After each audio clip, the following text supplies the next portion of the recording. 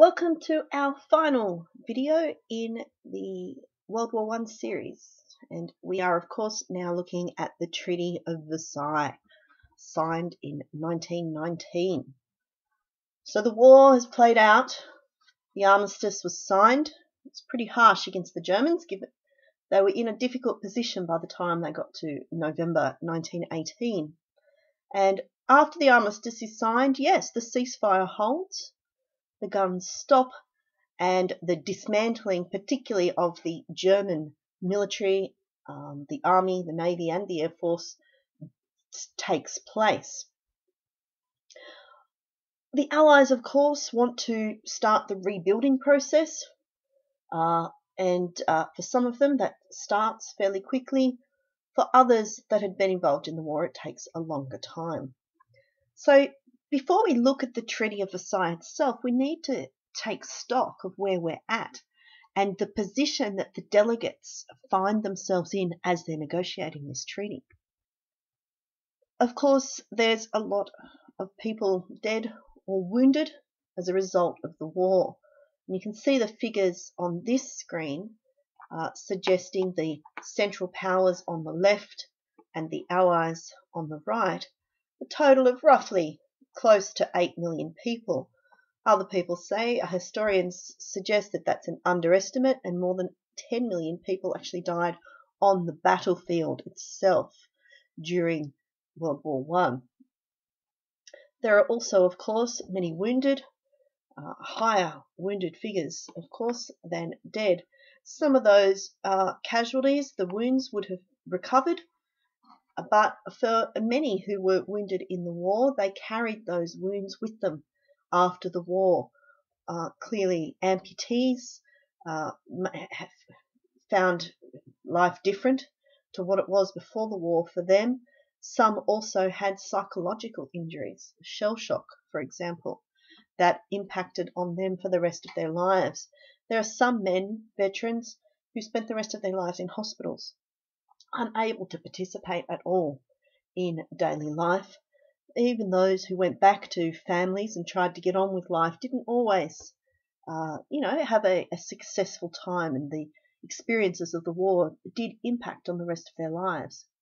So if you're thinking from a government position here, that's a lot of men who have been taken out of their labour force, and when you're trying to rebuild an economy, you need labour, skilled labour included, that had been lost or impacted by the war. There are also an estimate of 8 million civilians killed as a result of the war, and not as many in Britain, but certainly across the Central Powers in particular, and in Russia, there is a significant impact of civilian deaths as well. All of this is going to affect how your country can restart after a war, how it can recover. Most of Europe, of course, was still on rations, and in some of the Central Powers countries, the rationings were tightened. Starvation was kicking in. One of the things to remember, of course, is that after the armistice is signed in 1918, the Allies did not lift the blockade against Germany, and therefore getting fresh food into the country continued to be a big problem for Germany and the other Central Powers as well, as we move into 1919 and beyond. So food riots were not an uncommon thing, as people were starving, particularly in the urban environments. And this is an example here, a butcher's shop that has been raided during the night. And so now there's a guard on it, but there were certainly food riots that took place. The things were so difficult in the Central Powers, and also in areas of Russia as well, that a lot of charities ended up coming in. The Red Cross, for example, went in and provided a lot of relief. Can't save everyone, but certainly did support those countries as they were recovering from the war. Then, to make matters worse, the Spanish influenza. So it had broken out in 1918. We saw it on the front lines. but it spreads across Europe. It kills at least another 6 million in Europe between 1918 and 1921. It is actually spread worldwide, even including down here to Australia. So Europe's economy in 1919 is on the point of collapse. And the previous power economies of places like Britain, France, and Germany are hugely hit by the war and plagued by unemployment, inflation, and it does take them quite some time to really try to recover as they move into the 1920s. And in 1919, as the governments are negotiating how the Treaty of Versailles should look and what should be happening in the coming years, governments are very aware of the huge job in front of them to recover from the war. In some countries, of course, extra issues affect the way in which they recover and rebuild. The Austro-Hungarian Empire, of course, has split apart. The Ottoman Empire has also, crumbled around the edges. And in all of those places, forces of nationalism take place that the Allies can't control. And so even if the Allies had wanted to keep certain countries together or push them in a certain direction, the nationalist ideals that are growing up in those own countries really do have an impact on what's going to be happening in Europe in the coming years. Also, there's millions of refugees on the move because as new nations and borders are being formed, people with different ethnic backgrounds are forced to move. And so Europe is not a happy place in 1919 through into the early 1920s. After the Russian Communist Revolution, of course, that had taken place in 1917, communism does have a grip, and it is widespread across Europe. There's a lot of people that are interested in the ideals of communism, and they're looking at it with hope, thinking, can it actually help us to rebuild a fairer, more just society as we come out of this world war?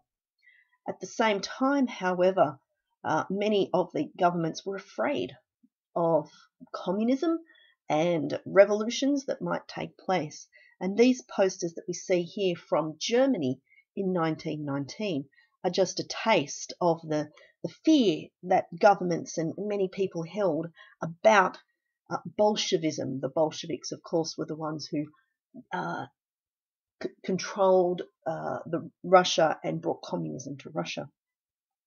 So the emotions and hatred that had driven war are still present at the end of the war in 1918, and a lot of the pain and suffering experienced during the war is still fresh as we're negotiating in 1919.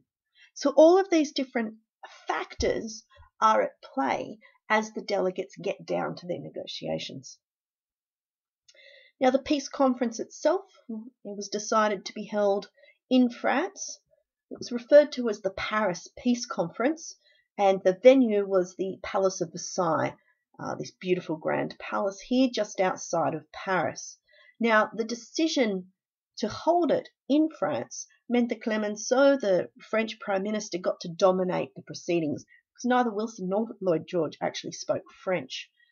So the French had a bit of an upper hand just because of the location of the peace conference.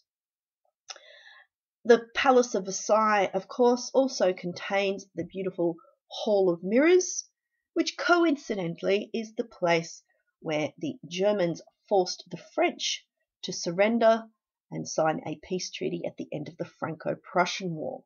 We'll come back to the Hall of Mirrors soon. So the peace conference, Paris Peace Conference, commences on the 18th of January 1918. Pretty quick start, really, considering that our armistice only took effect on the 11th of November the previous year. So that should say 18th of January 1919, of course, is when it starts. The initial gathering was quite chaotic. There was no agenda, and you've got 32 nations represented, but they've got multiple delegates, so you get a sense from this, of just how many people are involved.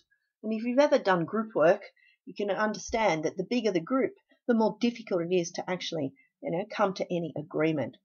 And so it is quite chaotic to begin with. One of the things I want to point out to you is that the 32 nations does not include Germany, does not include Austria-Hungary. As the losers of the war, as we shall see, they were deliberately left out of the negotiations and are brought in only towards the end, when basically the treaty's already been set. Also, Russia is not present at the peace conference. So while Russia had been an ally, of course, we've now got the Bolsheviks, the communists, in control in Russia, and they're busy actually fighting their own war in Russian territory at this stage.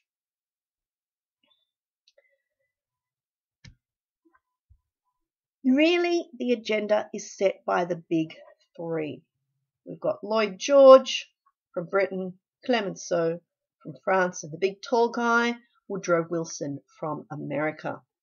Also here we have Orlando from Italy, who wanted to really be part of the big four, but as we shall see, Italy really gets sidelined, and it's really the big three, Britain, France, and America, who make the decisions.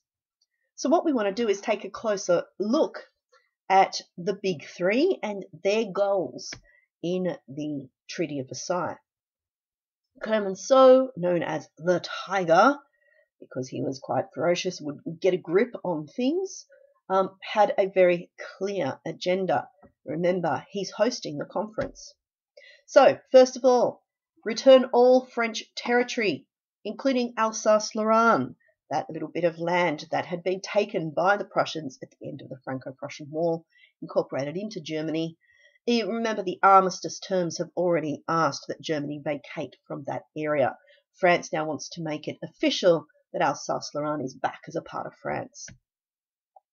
Germany, of course, must pay heavy reparations.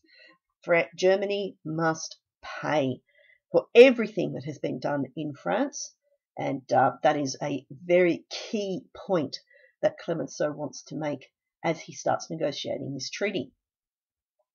Also, France is very concerned that Germany cannot attack again, and therefore hitting the German military and also its economy is very important. They want Germany to be weak. They never want Germany to have the ability, the strength to possibly threaten France again. And so they're going to dismantle and crush the German military and also its economy. France really doesn't care anything about Germany at this stage. And in fact, they want to establish a buffer zone. So the Rhineland, which is that area west of the Rhine, which is German land, they want it as a neutral zone, therefore as a kind of a buffer, so that if Germany does decide to attack, they have to go further before they enter into French territory. It's all about revenge, revanche. That's what France is all about, and they really don't want Germany to ever recover. And that's the position that France is taking as they go into these negotiations. You've got to remember this. France is where a lot of the fighting was done on the Western Front. The Paris Peace Conference is being held in France, and therefore the French goals and vision for what is going to happen in the future does actually have a big influence on what is happening at Versailles. So we'll leave it there, and we'll come back in the next part to take a look at the British and the American goals for the Treaty of Versailles.